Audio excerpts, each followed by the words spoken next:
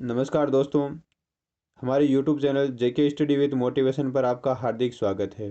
मैं हूं आपके साथ महावीर प्रसाद और हम साइंस के महत्वपूर्ण प्रश्नों की सेकंड श्रृंखला लेकर आपके सामने उपस्थित हुए हैं।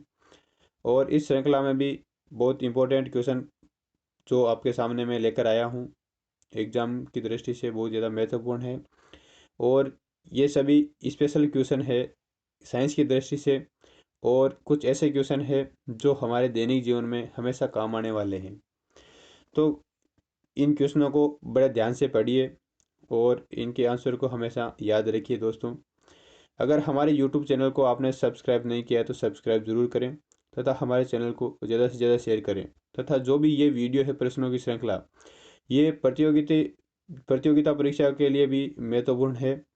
अतः दोस्तों, ज़्यादा से ज़्यादा जुड़ने की कोशिश कीजिए और जो भी हमारा भाई कोई तैयारी कर रहा हो तो उसको लाभ देने की कोशिश कीजिए। दोस्तों, इस प्रश्न की श्रृंखला में हमारा पहला प्रश्न है कि वनस्पति घी कैसे बनता है। जो वनस्पति घी होता है, जिसे हम डालडा घी बोलते हैं, वह कैसे बनता है दोस्तों। तो देखिए दोस्तों, वनस्पति घी बनाने के लिए जो वनस्पति तेल होता है उसमें हाइड्रोजन गैस प्रवाहित की जाती है।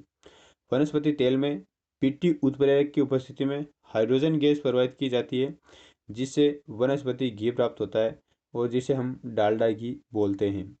हमारा अगला क्वेश्चन है दोस्तों कि पाचन ऊष्मा क्षेपीय अभिक्रिया है या ऊष्मा शोषी अभिक्रिया है। जो पाचन की अभिक्रिया है वो ऊष्मा क्षेपीय अभिक्रिया है या फिर ऊष्मा शोषी। तो ऊष्मा क्षेपीय अभिक्रिया वह होती है जिसमें ऊष्मा का उत्सर्जन होता है, अर्थात उसमें ऊष्मा बाहर निकलती है। जब दो अभिकारक मिलते हैं और उत्पाद बनाते हैं तो वो उत्पाद गर्म होता है, किसमें, ऊष्मा क्षेपी में।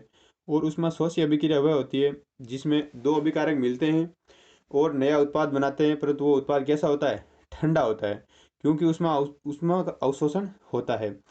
तो ऊष्मा शोषी में ऊष्मा का अवशोषण होता है और ऊष्मा क्षेपी में ऊष्मा बाहर निकलती है।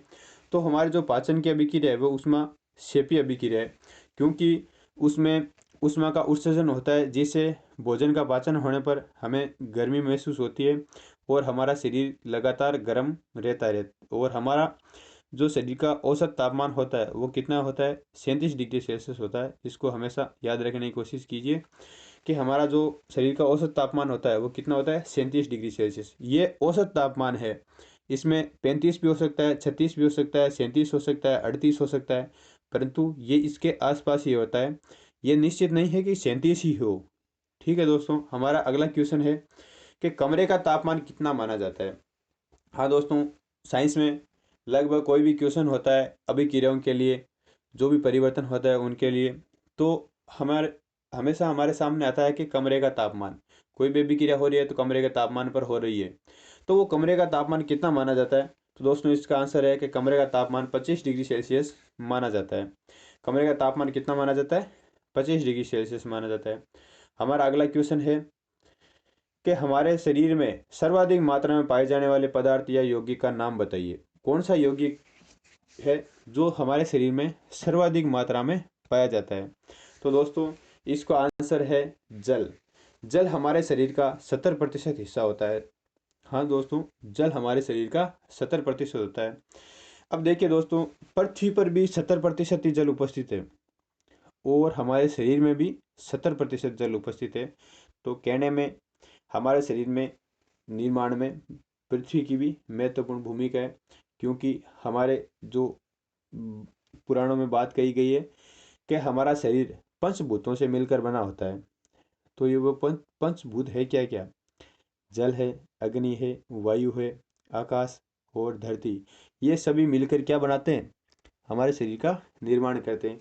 तो सेम उसी प्रकार हमारे शरीर का 70% भाग क्या है, जल। अब देखिए दोस्तों, हमारा अगला क्वेश्चन कि हमारे शरीर में जल के बाद कौन सा पदार्थ सर्वाधिक मात्रा में पाया जाता है। ऐसा कौन सा पदार्थ है जो जल के बाद सर्वाधिक मात्रा में, अर्थात दूसरे नंबर पर सबसे ज़्यादा कौन सा पाया जाता है। तो उस पदार्थ, जो यौगिक के पदार्थ है, उसका नाम है प्रोटीन। प्रोटीन दोस्तों हमारे शरीर में जल के बाद दूसरे स्थान पर आता है अधिकता में। अब देखिए दोस्तों, अगला क्वेश्चन है कि सबसे मीठी प्राकृतिक शर्करा का नाम बताइए। सबसे मीठी प्राकृतिक शर्करा कौन सी है, शर्करा जो मीठी है और वो प्राकृतिक रूप बनी हुई है, तो उस शर्करा का नाम है फ्रुक्टोज। फ्रुक्टोज दोस्तों ये फलों और शहद में पाई जाती है और बहुत ही ज़्यादा मीठी होती है, प्राकृतिक शर्करा है। और हमारा जो शुक्राणु है, शुक्राणु निर्माण में महत्वपूर्ण भूमिका होती है फ्रुक्टोज की, क्योंकि शुक्राणु का महत्वपूर्ण पोषक क्या है, फ्रुक्टोज है। हमारा अगला क्वेश्चन है कि दूरी और विस्थापन का मात्रक क्या है। दूरी और विस्थापन का मात्रक क्या है, तो देखिए ये दोस्तों है दोनों अलग अलग, परंतु इनका मात्रक एक ही है और वह है मीटर। दूरी और विस्थापन का मात्रक मीटर है। देखिए दोस्तों दूरी क्या है कि जब हम ए बिंदु से चले बी पर तक गए, बी से चले सी तक गए और सी से वापस ए तक आ गए, तो यहाँ पर हम ए से बी मान लो 1 मीटर चले, बी से सी 1 मीटर चले और सी से ए 1 मीटर चले, तो यहाँ पर दूरी टोटल 3 मीटर हो गई। परंतु अगर हम विस्थापन की बात करें कि ए से बी गए, बी से सी आए और सी से वापस ए आए, तो यहाँ पर विस्थापन 3 मीटर नहीं होगा, विस्थापन हमेशा यहाँ पर 0 होगा। क्योंकि दोस्तों विस्थापन हमेशा प्रारंभिक बिंदु से अंतिम बिंदु के बीच की सीधी दूरी होती है, और यहाँ पर हमने चलना प्रारंभ ए बिंदु से किया था और रुके भी यहाँ पर वापस सी, ए से बी और बी से सी और सी से वापस कहाँ पर आके रुके, ए पर ही रुके, तो वापस प्रारंभिक बिंदु और अंतिम बिंदु के सीधी दूरी बीच की कुछ नहीं है, 0 है। तो यहाँ पर हमारा विस्थापन क्या हो गया, 0। तो हमारा देखिए दोस्तों अगला क्वेश्चन है कि त्वरण क्या है। ये जो एक्सिलरेशन है, त्वरण, ये है क्या। तो देखिए दोस्तों हमारा आंसर है कि त्वरण वेग परिवर्तन की दर क्या है। त्वरण जो भी हम, चाहे हम खुद चल रहे हैं या कोई साधन चला रहे हैं, अगर हम वेग में परिवर्तन कर रहे हैं तो वहाँ पर त्वरण उत्पन्न हो रहा है। हाँ दोस्तों, एक हमारे दैनिक जीवन में ये हमेशा काम आने वाला क्वेश्चन है कि त्वरण वेग में परिवर्तन की दर है, तो वेग हमारे कहाँ काम आता है। देखिए दोस्तों कोई भी हम साधन चला रहे हैं और हमारे सभी की कोशिश यही रहती है कि हम कम से कम ईंधन खपत करें और ज़्यादा से ज़्यादा दूरी तय करें, अर्थात हम अच्छा माइलेज पाने की कोशिश करते हैं। अगर हमें अच्छा माइलेज पाना है तो हमेशा जो वेग में परिवर्तन है उसको कम से कम करना होगा, जहाँ तक हो सके 0 रखने की कोशिश कीजिए।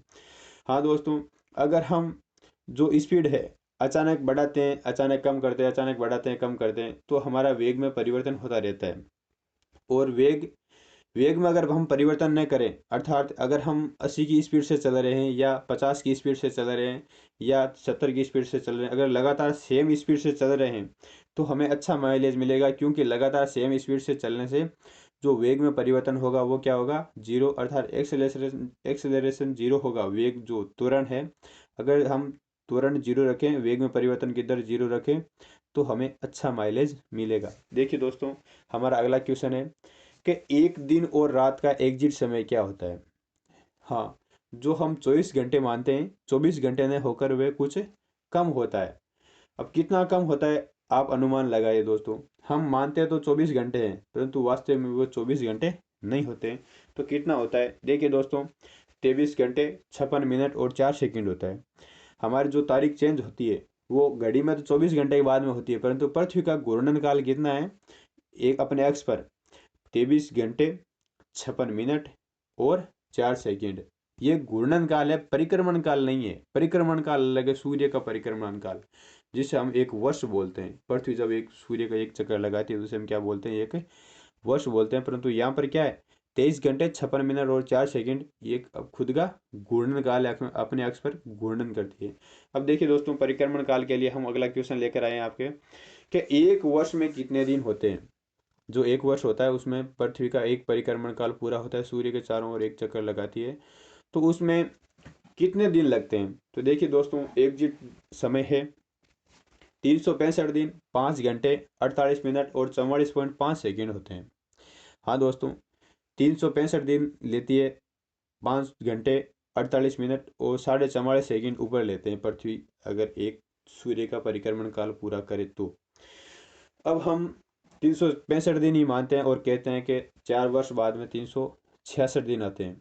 तो देखिए दोस्तों 4 वर्ष बाद में एक वर्ष, तो 466 दिन का हम गिनते हैं, वो स्पेशली एक दिन बड़ा नहीं होता है, परंतु ये जो हमने 23 घंटे 56 मिनट और जो 4 सेकंड की बात करी थी, वो 4 साल बाद में जो यहाँ पर 365 दिन 5 घंटे 48 मिनट और 44 सेकंड है, ये 4 साल बाद में परिवर्तित होते हैं। और यहाँ पर 4 साल बाद में धीरे धीरे काउंट करते करते एक दिन का समय जो कितना मानते हैं हम 24 घंटे मानते हैं, उसकी बढ़ोतरी यहाँ पर हो जाती है। अब देखिए दोस्तों, हमारा अगला क्वेश्चन है। हाँ, इस क्वेश्चन की हम बात करें तो तीन कभी साल ऐसी होती है जो 366 दिन की होती है। तो इसी कारण होती है 366 दिन की, क्योंकि 365 के ऊपर जो भी ये घंटे हैं, ये धीरे धीरे जुड़ते जुड़ते 4 साल बाद में कितने हो जाते हैं, एक दिन का रूप ले लेते हैं, अर्थात 24 घंटे बन जाते हैं। अब देखिए दोस्तों, हमारा जो अगला क्वेश्चन है कि MKS पद्धति में द्रव्यमान का मात्रक क्या है।